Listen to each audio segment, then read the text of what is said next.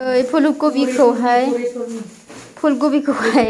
गोमाबाय होननानै जि दालाय मा खालामबावगोन गोमाबायबा होननानै बे कबिखौनो बिमाया जोंना बुंबोबाय थादों। आं होनबाय रुमाव सहैबा माबा नाय होननानै बेहा जि सिरियासब्रा फुलकबिनि थाखाय बेल' लाबोदों। ओमफ्राय मैगंखौ आसुरितसो न'निफ्राय हैनायानो बेल' लाबोयो।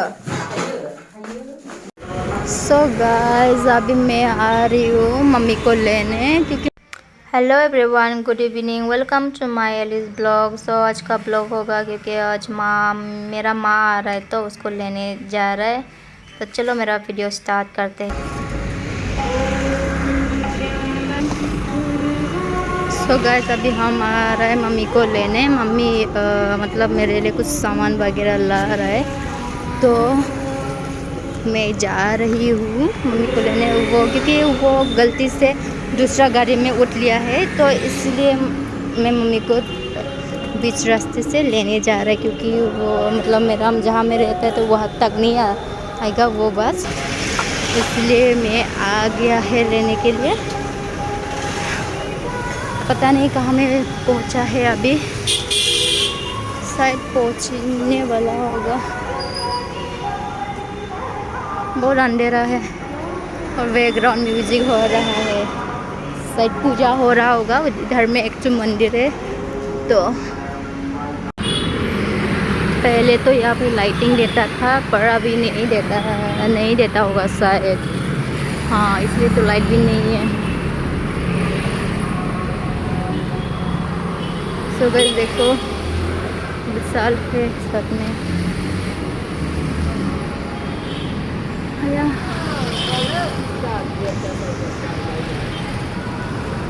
मुझे और सामान भी लेना था विशाल तो मैं पैदल वाओ इतना ब्यूटीफुल लाइटिंग है।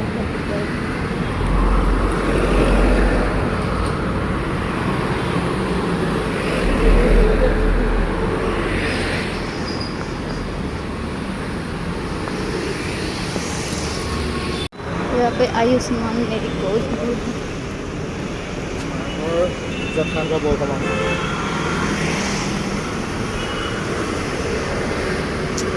कहाँ है मम्मी?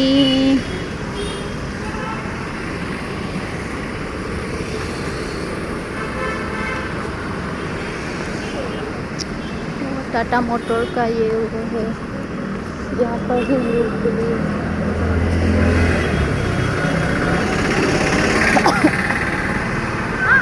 इसका होगा क्या?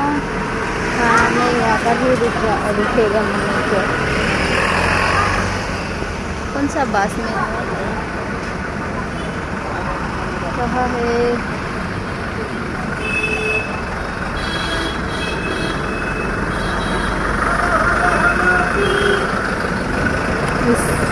इसमें भी नहीं है मेरा मम्मा। यहाँ मेरा मम्मी तो मिस दिया था। आयु बथला मानो बिदि जेनेबा नोंना बथल गैया आरो दे दो भैया आं गाइखेर लानो र' एक पवा लेगा है एक पवा देना। कितना होगा वो? 20 का होगा। हाँ कितना का?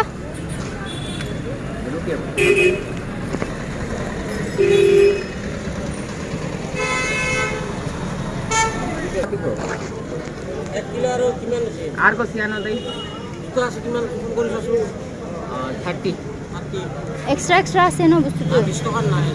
আর এইটো কিমান? এ 50 का। हां 50 50 ये देगा। हां ये देगा रंजीता।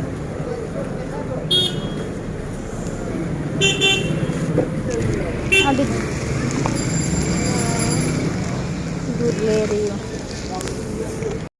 थां नुदों मामा लाइदा सैदान नुदों बै माबाया लाइदा मामोन बेबायदि कालारनि थायोमोन जिन बेलाय मामाया सफैबाय बे जाम्बि बे माहाबा सुपार मार्केटआव बेजला थांग्रा माबादोंआवसो उथिनानै लादों बासाव नों मा होननाय माखो दिनो बा सेन्देल गोदान दां आरो ओंखायनो बाहेरायाव दिननाङानो लायदों बोरो नायनो माबायदि सेन्देला सोरला सेन्देल बायनो मालाय सेन्देल गोदान आरो ओमफ्राय दा गावनि सेन्देलखौ खावजानो गिनानै बाहेरायाव दिननाङा होनलाय लायबावदों बिमाया जोंनानै दिननि साफा गानना हायलायलायदों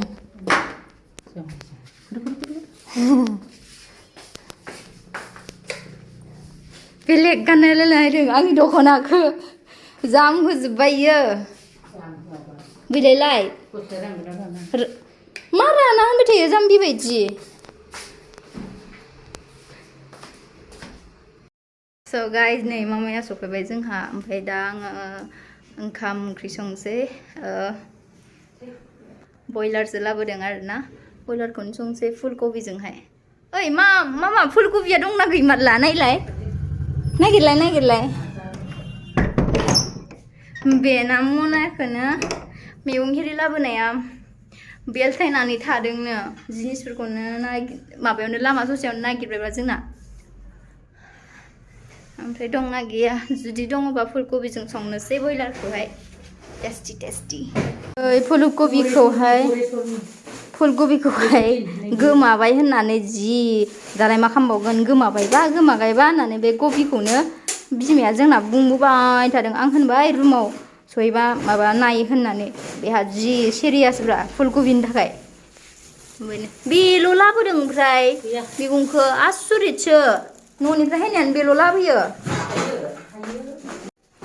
न'निफ्राय हायनायानो आंनो फुलकबिजों पटल ओमफ्राय लेबु लेस्रा बेसांखिनिल' लाबोयो ओमफ्राय न'निफ्राय फैनायानो आं बांद्राय माबाखायाना आंनाव गाज्रिसो जायोना ओंखायनो बारा लाबोआखै माइरं लाबोबाय आरो माइरंआबो जि बुरजा बायदि बोरो माइरंखौ नायनो मा माइरंआ गिदिरसो नामालै मामा माइरंआ गिदिरसो नामा हा मा खहाबमुनि माइरंनो हा खुरफाख्रि मा खुरफाख्रि बेलाय माथो गोजायानो नङा हा ए माया आं सानदों माइरं बै सिगाङाव जे गोजा माइरं जालायोमोन ना ओंखाम जायोमोन ना बेखौ सानदोंब्रा आङो फिसायानो आंथ' गिदिर माइरंखौ जानो हाया गुसुथार दैया गुसुथार अबेले खामफ्लाय माबा दोङो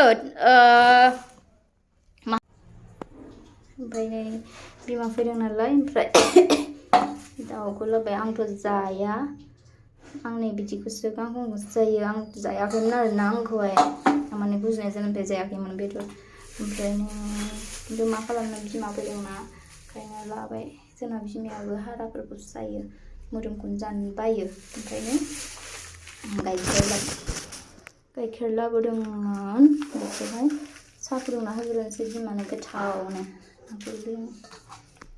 बेखौ दै गुदुं संख्रि होनानै दै गुदुङाव सोमनानै दोननोसै नायलाय माबायदि लेथ्रा ओंखारो ओंखायनो संख्रि होनानै सोमथारनांगौ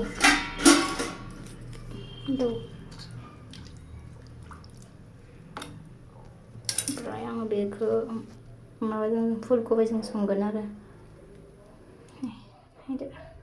आंना गाइखेरा गोदौफावबाय नै बेयाव दसे माबाना हैगौमानिनो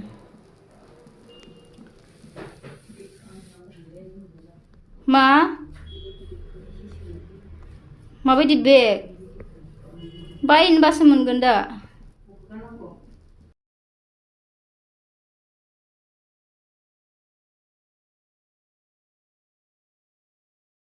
ओंखाम संखांबाय मैगं संखांबाय दा नै ओरैनो रेस्ट लादों ओमफ्राय मामियाबो होनदोंना ओंखामखौ दायो जाथ'वा होननानै ओंखायनो माबासोआव जानोसै 9टासोआव जानोसै जोंना बिमाना माबा गोदना सादोंनो आंनावथ' अइल बिदि गैया ओमफ्राय आङो लसनखौनो लगायनानै दा नाना होनोसै आरो